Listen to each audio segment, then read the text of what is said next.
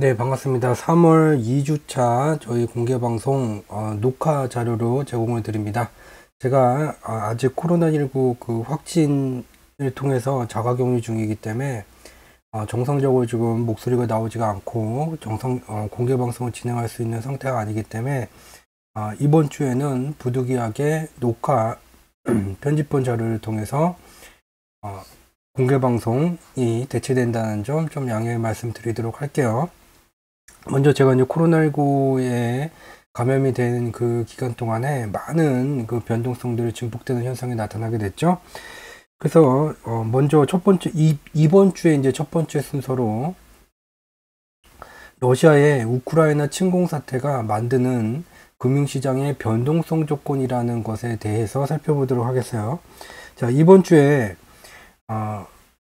저번 주죠. 2월 24일 날 러시아의 우크라이나 침공이 진행되게 되면서 글로벌 금융시장은 하방 변동성이 강화되는 현상이 나타나게 됐어요. 그렇지만 러시아의 우크라이나 침공이라는 그 사건이 발생되기 전에는 미국의 중앙은행이 미국의 물가 급등 현상을 제어하기 위해서 기준금리를 인상하는 것이 글로벌 경제의 개선세를 침체시키고 글로벌 금융시장을 약세장 조건에 집어넣게 돼서 조정이 발생되게 된다라는 그 논리가 보도가 되고 있던 중이었고, 지금은 또 러시아 사태, 그리고 이 러시아 사태 다음에 지금 또 주장하는 것은 스태그플레이션이 다가오고 있는 중이다와 같이 공포 소재로 가득한 지금 2022년 상반기가 되겠죠. 그렇지만 우리가 알 수 있는 것은 미국이 기준금리 인상을 한다는 것은 미국 경제가 개선세를 나타나고 있는데 이 개선세를 나타내고 있는 기간을 연장시키기 위해서, 미국 경제의 호순한 기간을 연장시키기 위해서는 미국의 물가 급등 현상을 제어를 해야지 되고, 미국 경제가 호순한되는 기간을 연장시키기 위해서 기준금리를 올리는 거죠. 그리고 러시아의 우크라이나 침공 사태라는 것도 글로벌 경제의 중심이면서 글로벌 금융시장의 핵심은 러시아가 아닌 미국이죠.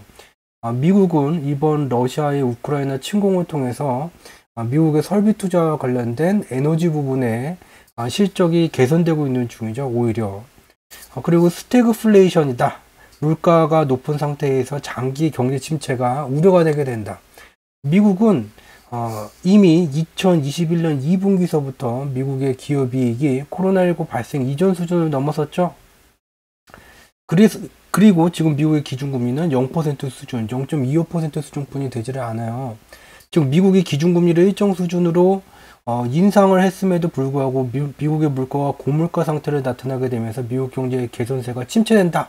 이러면 스태그플레이션 조건에 들어가게 되지만 현재는 그와 같은 조건이 아니라는 거죠. 그래서 모든 이와 같은 이야기들을 왜 말로써 그냥 설명을 드리자면 지금 공개방송이 제한적으로 진행됐을 뿐이 없기 때문에 여러 주제를 다루지를 못하기 때문에 꼭 필요한 이 얘기를 구두로서라도 저희 고정적으로 수개월간 참여하고 계신 멤버분들에게 좀 전달해 드리고 이제 본 내용 살펴보도록 할게요. 현재 러시아가 우크라이나를 침공을 했음에도 불구하고 미국, 유럽 등이 왜 참전을 하지 않는가? 제3차 세계대전이 발발될까봐 우려되기 때문이다. 그것은 이제 겉으로 이제 표면적으로만 하는 말이고, 미국과 유럽이 참전을 하지 못하는 실질적인 이유가 여기 있죠. 1970년대에 미국이 베트남 전쟁에 참전을 하게 됐고, 어떠한 국가든지 제1차 세계대전, 2차 세계대전 등의 전쟁 등을 통해서 우리가 확인한 것은 전쟁에 물리적으로 참여하게 되는 순간 군사 물류비 등을 충당하기 위해서 자국의 화폐 유동성을 증가시킬 수뿐이 없게 돼요. 여기 미국이 베트남 전쟁에 참전했을 때 미국의 미달러 유동성 증가 속도가 이와 같이 가속되는 현상을 확인해 볼 수 있게 되죠. 특히 1970년대에는 브레튼 우주체제라고 말하는 실물경제의 물물교환의 매개차가 이전까지는 금이었어요. 근데 2차 세계대전이 끝났을 때 미국은 유럽에 군사물자들을 공급해 왔고, 그에 대한 대가로 유럽이 갖고 있던 금을 송금을 받게 됐고, 2차 세계대전이 끝났을 때 미국의 금고에는 전 세계 금 보유량의 70%가 들어가 있던 중이었었죠.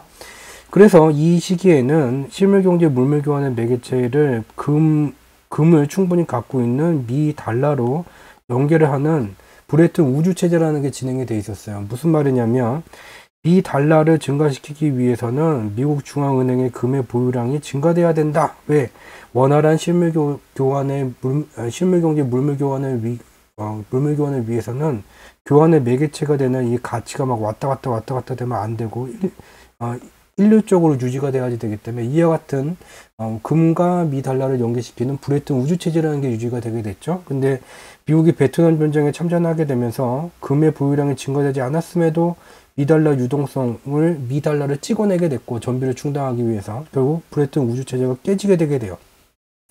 그래서 여기서 먼저 기억해야 되는 것은 전쟁이 발발되게 되면 유동성이 증가됐을 뿐이 없다.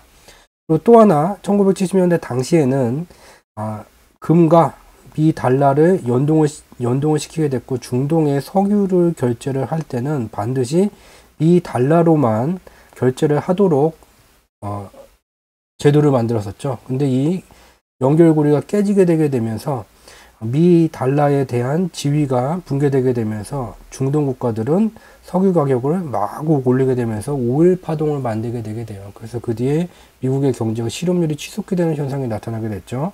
그래서 본 얘기로 돌아오게 되면 이와 같이 유럽이 됐던 미국이 됐던 러시아의 우크라이나 침공에 물리적으로 군대를 투입해서 개입하게 되는 순간 군비 충당을 위해서는 유동성 증가가 됐을 뿐이 없다. 근데 지금은 참전하지 못한다. 까놓고 말해서. 왜?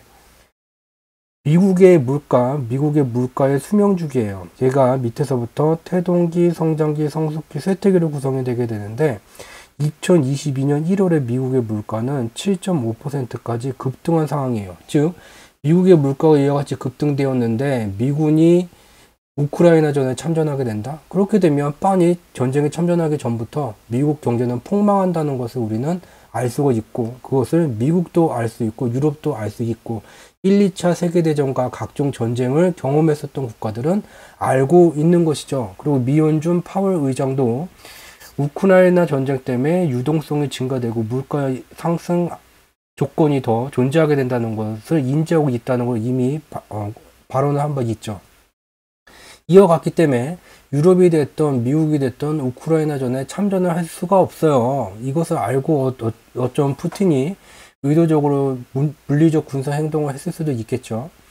자, 그러면 미국과 유럽이 참전을 할 수 없다면 그들이 선택한 것은 군사적인 행동이 아닌 러시아 경제를 철저하게 와해를 시키기 위한 경제 제재를 이제 진행을 하는 것이죠. 그래서 미국은 러시아의 경제를 제재하기 위해서 러시아의 수출 품목을 보게 되면 원유와 관련된 부산물들이에요. 즉, 이 천연자원 원유와 관련된 부분을 꽉 틀어지게 되게 되면 러시아 경제는 붕괴될 수뿐이 없고 전쟁을 수행하기 힘든 상태로 빠질 수뿐이 없다는 걸 알 수 있죠. 그리고 또 하나 이제 주목해야 되는 것은 미국은 러시아 쪽에서 독일로 천연가스를 공급하는 노르트 스트림 2라는 천연가스 공급관의 구축을 계속해서 과거서부터 이게 지금 2020년 3월 달에 뉴스보도인데 계속해서 반대해 왔는데 그것이 이제 진행이 되던 중이었고 거의 프로젝트가 완료 단계에 진입해 있던 중이었죠. 이것을 독일도 중단을 했고 미국도 계속해서 반대를 했고 드디어 이제 중단이 되게 됐어요. 그렇게 되게 되면서 러시아에서 값싸게 이제 유럽으로 공급되던 이 원유와 가스 같은 것들이 이제 공급이 안 되게 되고 유럽의 수요는 존재되는데 공급이 되지 않는다. 바다를 건너서 미국이 셰일가스, 셰일 원유를 러시아에서 판매하는 것보다 단가가 높은 걸 가져와서 유럽에 공급하고 있는 중이죠. 즉, 글로벌 금융시장은 러시아와 우크라이나 때문에 글로벌 경제가 안 좋은 영향에 빠질 수 있다라고 말하면서 금융시장의 하방 변동성을 만들지만 미국 입장에서는 세계 경제의 중심이면서 글로벌 금융시장의 중심인 미국의 입장에서는 미국의 성장 동력은 핵심 성장 동력은 부동산 부문이고 부동산 부문보다 약세를 나타낸 게 설비 투자 경기였는데 설비 투자 경기마저도 개선되는 조건이 지금 갖춰지고 있는 중이죠. 즉 러시아의 우크라이나 침공을 통해서 미국은 오히려 경제가 더 활성화되는 그러한 조건 속에 와 있죠. 그러면 글로벌 금융시장에 연동되는 핵심은 미국이라면 지금 진행되고 있는 이 하방 변동성이 의문이 제기가 됐을 뿐이 없겠죠. 자, 그리고 원유 가격의 이 수명 주기를 보게 되면 지금 2000년 후반내 2008년 글로벌 금융위기 시기 때 상승세가 종료되게 됐고 새로운 생을 만들기 위한 윤회 과정이 2020년에 종료가 되게 됐어요. 그래서 지금은 여기 중간에 빨간색 선으로 나타낸 역사적 평균 속도를 의미하는 경유지를 넘어서는 1차 상승세가 진행되고 있는데, 경유지를 넘어섰기 때문에 1차 상승세의 마무리 조건에 들어와 있죠. 즉 향후에 계속해서 원유의 상승세가 추세적으로 진행되기보다는 지금 진행되어 왔었던 2020년 상반기서부터 진행되어져 왔었던 원유의 상승세의 1차 상승세가 마무리 조건에 와 있어요. 근데 이 마무리 조건에 와 있는 게 최근에 상승세가 더 강화된다. 그것은 금융시장의 투자 관점에서 보게 되면 원유 선물이 향후에 상승할 것이다에 베팅하는 원유 선물 매수 포지션이 수익 실현 기간이 진행되고 있다는 것을 의미를 해요. 향후에 주요한 금융상품이 상승할 것에 베팅한다. 이 베팅하는 포지션이 누적되는 과정 속에서는 가격이 잘 올라가지 않죠. 혹은 빠지게 되죠. 근데 얘가 수익 실현 기간에 가게 되게 되면 베팅해내는 방향으로 과도하게 상승하는 현상이 나타나게 돼요. 또는 반대로 선물 매도 포지션, 주요 금융 상품들이 하락할 것이다에 베팅하게 되면 이것이 포지션이 누적되는 과정 속에서는 상승하거나 별로 빠지지 않는 흐름이 나타나게 되지만 얘의 수익 실현 기간이 진행되게 되면 매우 빠른 하락하는 현상이 진행되게 되죠. 무슨 말이냐면 다음 자료를 보면 이제 좀 감이 잡히실 수 있게 돼요. 자, 글로벌 금융시장의 하방 변동성을 만드는 그러한 주요한 상품들 중에서 주요한 금융상품들이 이번 3월 달에 선물 시장이 이제 만기를 맞이하게 돼요. 그렇기 때문에 3월로 다가감에 따라서 이와 같이 상승세가 더욱더 격화되는 하방 변동성을 만드는 데 투입되는 자금이 더욱더 격화되는 현상이 나타나고 있고, 여기서 우리가 주목해야 되는 것은 원유죠. 원유는 하방 변동성에 들어가는 자금이 커지게 되게 되면 반대로 조정이 나타나게 되면서 하방 변동성 강화, 원유는 조정, 하방 변동성 강화, 원유는 조정, 이와 같이 반대로 움직여져 왔는데 지금은 이와 같이 하방 변동성이 강화되니까 같은 방향으로 같이 연동되고 있는 것이죠. 즉 무슨 말이냐면 3월에 하방 변동성을 만드는 주요한 상품들의 선물 만기가 다가오게 되면서 얘네들의 투입되는 자금이 커지고 금융시장에서는 하방 변동성이 강화되는데 여기에 원유가 1차 상승세의 마무리 조건에 와 있는, 즉 원유의 선물 매수 포지션이 수익 확정이 진행되게 되면서 같이 상승하는 현상이 진행되고 있다라는 것을 우리는 눈으로 직접 확인해 볼 수 있게 되죠. 자, 글로벌 금융시장의 현재 단편을 보게 되게 되면 여기 이제 파란 선으로 나타나는 게 글로벌 금융시장의 하방 변동성이에요. 2022년 3월로 이와 같이 하방 변동성을 만드는 상품들의 선물 만기가 다가옴에 따라서 이와 같이 격하게 수익 실현이 진행되게 되면서 하방 변동성이 강화되는 현상이 나타나고 있고, 상방 변동성은 상대적으로 좀 약한 모습을 보이고 있기는 하죠.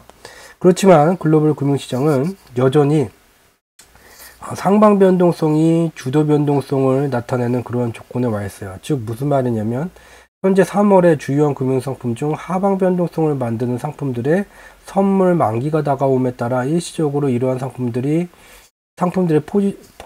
하방 포지션에 유입되는 돈이 증가되게 되면서 글로벌 금융시장의 하방 변동성이 강화되고는 있지만 얘가 추세를 만드는 것은 아니라는 것이죠. 무슨 말이냐면 아까 하방 변동성이 더욱더 강화되고 있음에도 불구하고 글로벌 옵션 지수를 보게 되면 글로벌 옵션 지수는 금융시장의 하방 변동성이 강화돼서 하방 베팅이 증가되게 되게 되면 얘가 파란색 선을 향해 다가서게 되고, 반대로 상방 베팅 금액이 증가되게 되면 빨간색 선을 향해 다가가게 돼요. 그리고 2020년 03월에 코로나19 감염 확산으로 글로벌 금융시장의 폭락기 때 옵션 지수가 하방 베팅이 증가되게 되면서 파란 선을 넘어섰는데 그 뒤에 단 한 번도 파란 선을 넘어서지 못했죠. 왜? 2020년 상반기서부터 미국의 1조 9천억 달러 경기부양 재정정책, 그리고 미국 중앙은행의 무제한 양정화나 경기부양 통화정책이 진행되게 되면서 미국의 실물 경기는 2020년 3분기서부터 미달러의 통화 유통 속도의 침체 현상이 종결되게 되는 실물 경제의 개선세가 나타나게 되게 됐고, 실물 경제의 개선세가 진행되게 됨에 따라서 글로벌 경제의 방향성이 상방이기 때문에 무리하게 금융시장의 하방 베팅 포지션을 달리 표현하면 2020년 3월과 같은 옵션 지수가 파란 선을 넘어가게 되는 무리한 하방 포지션을 만들게 되게 되면 다른 거래 자금을 운영하는 투자 조직들 간의 공격을 통해서 이 포지션이 강제 청산되기 쉽기 때문에 이 뒤에는 단 한 번도 옵션 지수가 파란 선을 넘어설 정도로 하방 베팅이 격화된 적이 없었죠. 또 하나 우리가 주목해야 되는 것은 현재 3월로 하방 변동성을 만들게 되는 주요한 금융상품들의 선물 만기가 다가옴에 따라서 아까 봤듯이 하방 변동성이 격화되고 어저께 미국 시장도 하락 수준이 굉장히 커지게 되게 됐지만 옵션 지수는 다시 요기화했어요. 빨간 선에 오히려 가까워졌죠. 즉 이것이 말하는 것은 현재 진행되고 있는 주요한 금융상품들이 하락세가 더 커지는 것은 그간에 그런 금융상품들이 하락한다에 베팅하는 선물 매도 포지션에 수익 확정 기간이 진행되고 있기 때문이다. 그네들만의 문제이다라는 것을 우리는 알 수가 있다는 거죠. 다시 한번 정리하면 러시아의 우크라이나 침공으로 미국 경제의 설비 투자 경기는 실적이 더욱더 증가되고 있는 중이죠. 물리적인 유럽과 미국의 군사 개입이 진행되지 못하는 만큼 러시아에 대한 경제 제재가 더 강화되게 되고 그 속에서 미국의 설비 투자 경기의 실적은 더 증가되게 됩니다. 미국 경제의 상방의 경제 방향성은 더 강화되게 되죠.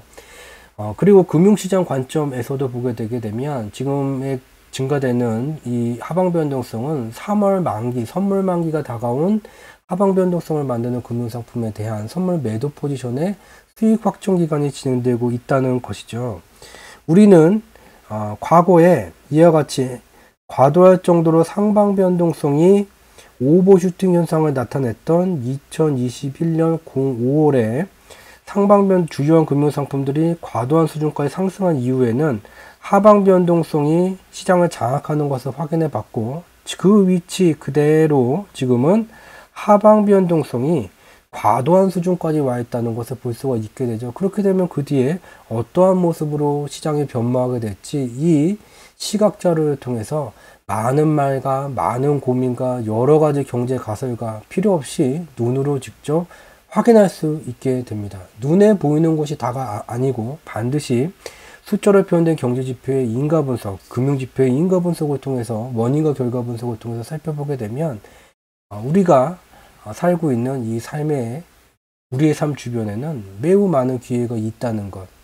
시장은 지금 무엇이더라도 다 침몰시키고 잡아먹을 듯한 모습을 보이고는 있지만 그것은 결국은 선물 매도 포지션, 그간 시장을 괴롭혀왔던 선물 매도 포지션에 수익 확정 기간이 진행되고 있다는 것을 이 자료를 통해서 눈으로 직접 알 수 있게 될 것입니다.